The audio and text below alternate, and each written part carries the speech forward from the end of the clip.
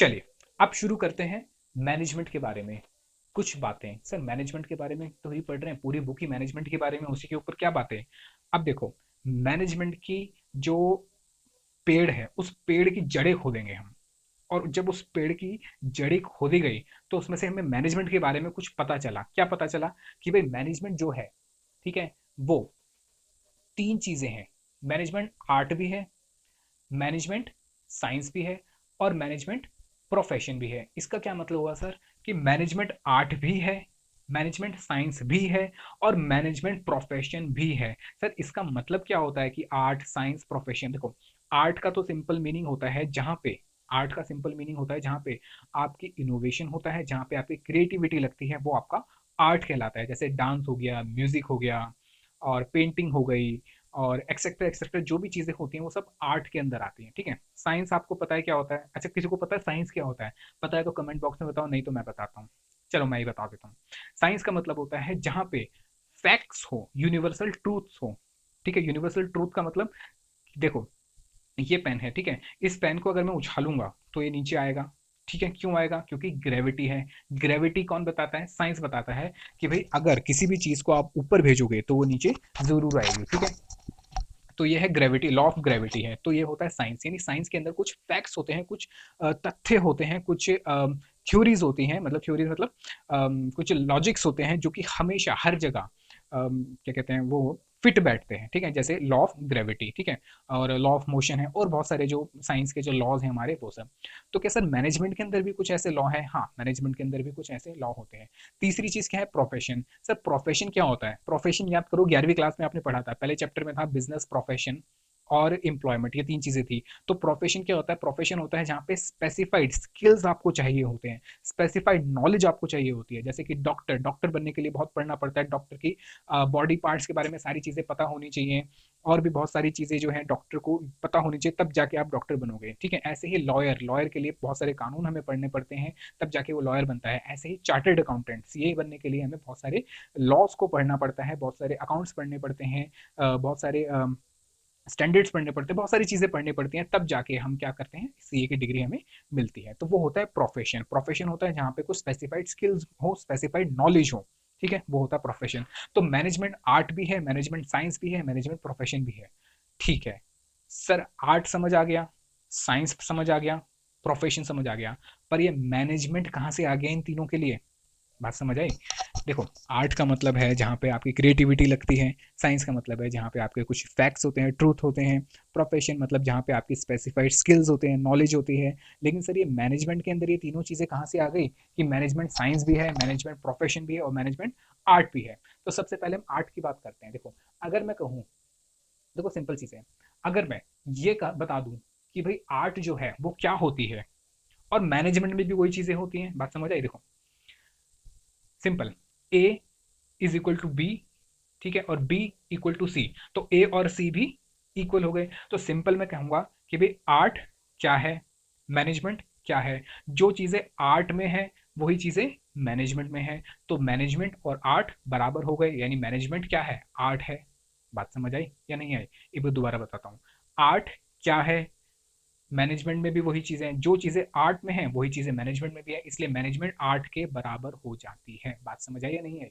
Sir हाँ, थोड़ी थोड़ी समझ आ गई है। तो अब आर्ट क्या होता है वो समझते हैं। देखो, आर्ट का मतलब होता है जहाँ पे स्किलफुल एंड पर्सनल एप्लीकेशन होते हैं। स्किलफुल जैसे कि डांस की बात करते हैं, तो डांस सीखने के लिए आपको स्किल्स की जरूरत है। ऐसे तो नहीं है कि भाई कोई भी किसी को भी डांस आ जाएगा, किसी को भी म्यूजिक आ जाएगा। आपको वहाँ सीखना पड़ता है, स्किल्स लेने पड़ते हैं। ठीक है, और पर्सनल एप्लीकेशन, पर्सनल मतलब सब अपने अपने तरीके से करते हैं, हर किसी का डांस एक जैसा नहीं होता, सबका डांस करने का तरीका थोड़ा थोड़ा डिफर होता ही है। कॉपी भले ही आप कर लेते हो, लेकिन उसमें भी डिफरेंस कहीं ना कहीं आ जाता है।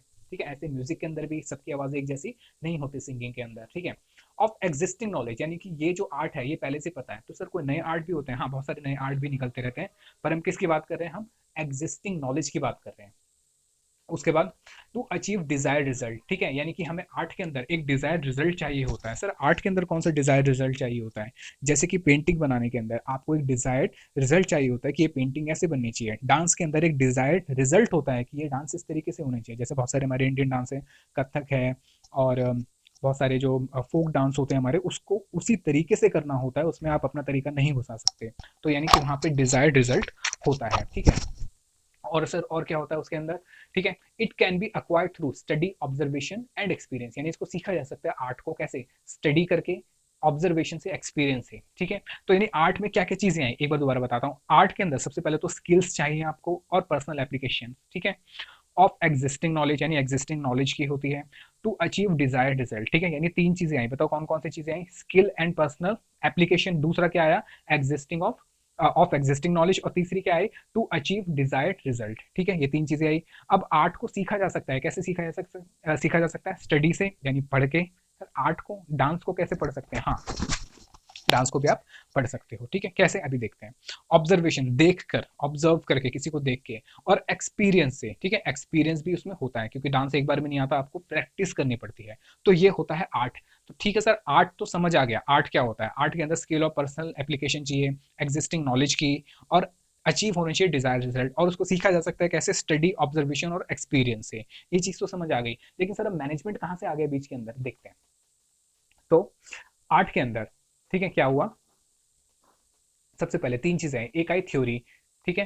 थ्योरी का मतलब क्या है सर, देखो कोई भी आर्ट सीखने के लिए पहले हमें थ्योरी पढ़नी पड़ती है। यानी कि देखो, अगर आपको म्यूजिक पढ़ना है, अगर आपको म्यूजिक सीखना है, तो बताओ म्यूजिक में आपको थ्योरी पढ़नी पड़ेगी नहीं पढ़नी पड़ेगी, सर म्यूजिक में कौन सी थ्योरी पढ़नी पड़ती है, आपको म्यूजिक की नॉलेज होनी जरूरी है। जैसे कि म्यूजिक के स्वर होते हैं, वो सारे गामा, ठीक है, और भी बहुत सारे स्वर होते हैं, वो आपको पढ़ने पड़ते हैं। वो पढ़ने कैसे पड़ते हैं, क्योंकि वो पहले से लिखे हुए हैं, वो पहले से बताए गए हैं कि ये चीज इसी तरीके से होगी। ऐसे ही फोक डांस होता है, तो फोक डांस का अपना एक तरीका होता है, उसके अंदर उनके स्टेप्स जो होते हैं वैसे ही होने चाहिए जैसे उन्होंने बता रखे हैं। यानी कि हर एक आर्ट की सबसे पहले एक थ्योरी होती है, यानी कोई भी आर्ट सीखने के लिए थ्योरी पढ़नी पड़ती है। बात समझ आई, यानी आर्ट के अंदर तीन चीजें आई, आर्ट के अंदर तीन चीजें आई। सबसे पहले हमने क्या पढ़ा, थ्योरी, सबसे पहले हमने क्या पढ़ा, थ्योरी। दूसरा, दूसरा कह रहा है पर्सनलाइज, यानी कि देखो हर कोई अपने अपने स्टाइल से डांस करता है, हर कोई क्या करता है, अपने अपने स्टाइल से डांस करता है। यानी कि आर्ट के अंदर सबसे पहले तो थ्योरी हुई, हमने थ्योरी सीख ली, यानी कि हमने डांस सीख लिया, ठीक है, उसके डांस के जो स्टेप्स थे वो सीख लिए, लेकिन उसको पर्सनलाइज कर देते हैं, क्योंकि सबका डांस, सबका म्यूजिक, सबकी सिंगिंग अलग अलग होती है, तो हर कोई अपने अपने स्टाइल से ही डांस करता है। बात समझ आई, यानी कि दूसरी चीज आई पर्सनलाइज, दूसरी चीज क्या आ गई, पर्सनलाइज। और तीसरी चीज क्या है, प्रैक्टिस एंड क्रिएटिविटी, यानी कि भी डांस या कुछ भी सीखने के लिए, आर्ट सीखने के लिए प्रैक्टिस करनी पड़ती है और थोड़ा क्रिएटिव भी होना पड़ता है, ठीक है। यानी कि डांस ऐसे नहीं है जैसे सिखाया है वैसे ही करेंगे, उसमें थोड़ी सी क्रिएटिविटी भी डाल देते हैं, ठीक है, अपनी थोड़ी चीजें उसके अंदर डाल दी जाती हैं। बात समझ आई, एक बार दोबारा बता देता हूँ। देखो क्या है कि भाई आर्ट में तीन चीजें होती हैं, सबसे पहले होती है थ्योरी, यानी कोई भी आर्ट सीखने के लिए थ्योरी पढ़नी पड़ती है। दूसरा पर्सनलाइज, पर्सनलाइज मतलब हर कोई अपने अपने स्टाइल से डांस करता है। और तीसरा है प्रैक्टिस एंड क्रिएटिविटी, यानी प्रैक्टिस करनी पड़ती है और थोड़ा क्रिएटिव भी होना पड़ता है आर्ट के लिए। चलिए ये चीज तो आपको समझ आ गई। अब जरा इसको डिटेल में पढ़ते हैं कि इसका मतलब क्या है। देखो मैनेजर जो है, दूसरों से काम करवाना एक आर्ट है। मैनेजमेंट क्या करता है, दूसरों से काम करवाता है, तो मैं दूसरों से काम करवाना एक आर्ट होती है, ठीक है। अच्छा, तो सबसे पहले हमने क्या पढ़ा, आर्ट में क्या होता है, एग्जिस्टेंस ऑफ थ्योरेटिकल नॉलेज। तो अब मैंने क्या करूंगा, मैं आर्ट को मैनेजमेंट के बराबर कर दूंगा कि भाई जो चीजें आर्ट में है वही चीजें मैनेजमेंट में भी है, तो art is equal to management, ठीक है। तो सबसे पहले हमने क्या पढ़ा, आर्ट में तीन चीजें चाहिए, क्या चाहिए, थ्योरी। तो क्या आर्ट में अगर थ्योरी है तो क्या मैनेजमेंट में भी थ्योरी है, बिल्कुल, ठीक है। जैसे डांस थ्योरी से सीखा जा सकता है, यानी कि थ्योरी से हमें अगर म्यूजिक, डांस कुछ भी सीखना है तो सबसे पहले थ्योरी पढ़नी पड़ती है, ठीक है।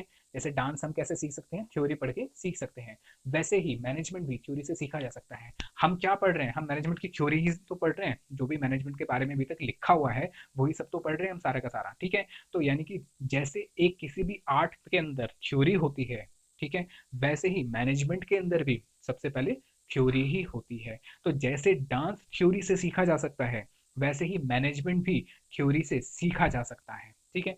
चलिए, मेरे ख्याल से समझ आ गया होगा। अब इसको एक बार पढ़ लेते हैं, क्या लिखा है देखो, कह रहे कि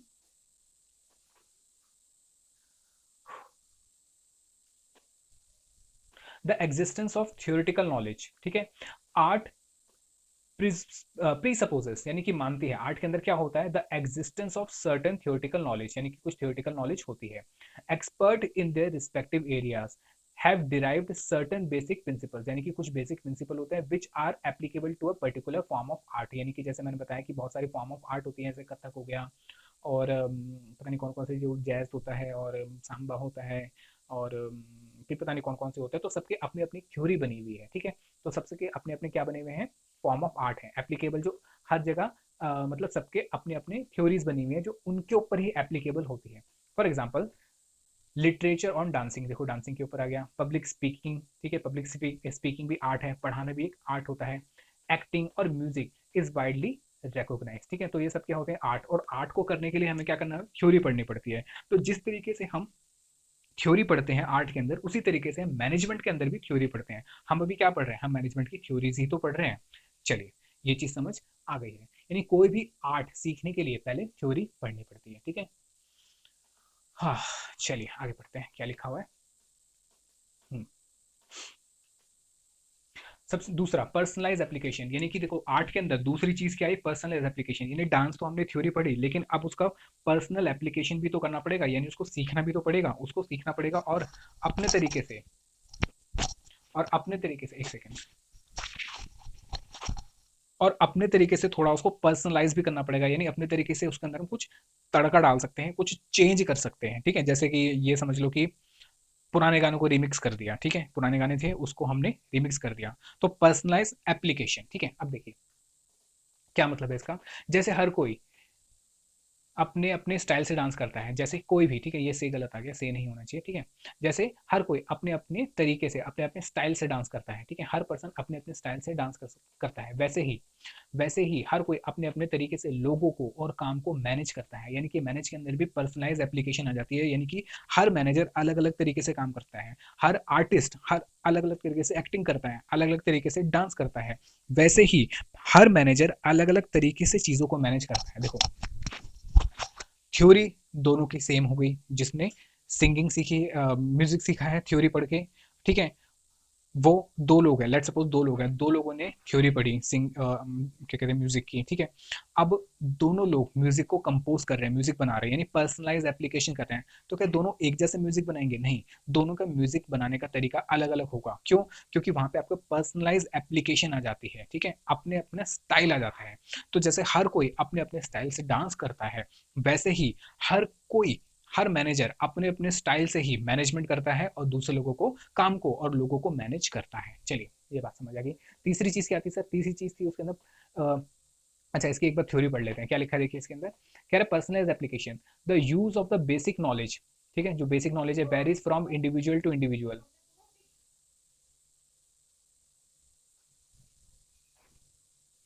The use of the basic knowledge varies from individual to individual. Art, therefore, a very personalized concept। कह रहे कि आर्ट जो है बहुत ही ज्यादा पर्सनलाइज कॉन्सेप्ट है, क्योंकि हर किसी के लिए अलग अलग होता है ये। For example, two dancer, two speaker, two actor और two writer will always differ in demonstrating their art. यानी कि कोई भी एक्टर एक जैसे एक्टिंग नहीं करेगा, कोई डांसर एक जैसे डांस नहीं करेगा, और कोई राइटर एक जैसे राइटिंग नहीं करेगा। तो पर्सनलाइज एप्लीकेशन हो जाती है, हर कोई अपने अपने स्टाइल से डांस या अपना अपना आर्ट परफॉर्म करता है। ठीक है सर, तीसरी चीज क्या थी, तीसरी चीज थी आर्ट में या डांस के लिए आपको कॉन्टिन्यूस प्रैक्टिस और क्रिएटिविटी करनी पड़ेगी।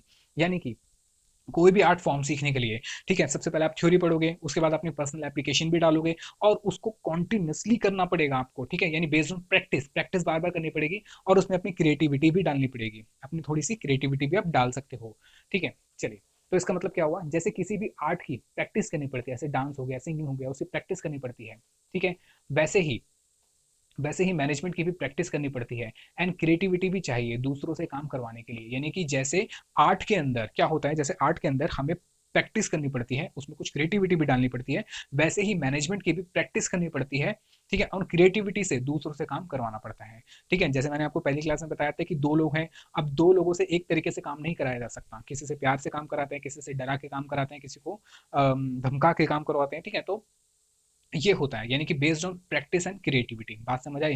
यानी कि हमने क्या पढ़ा, हमने पढ़ा मैनेजमेंट इज एन आर्ट। तो मैंने कहा कि भाई आर्ट में तीन चीजें हैं, मैनेजमेंट में भी तीन चीजें हैं। तो अगर आर्ट में वो तीन चीजें हैं और मैनेजमेंट में वो तीन चीजें हैं, तो आर्ट और मैनेजमेंट बराबर हो गई, यानी management is an art, management is an art. एक बार दोबारा से रिवाइज कर लेते हैं सर, हमने क्या पढ़ा अभी तक।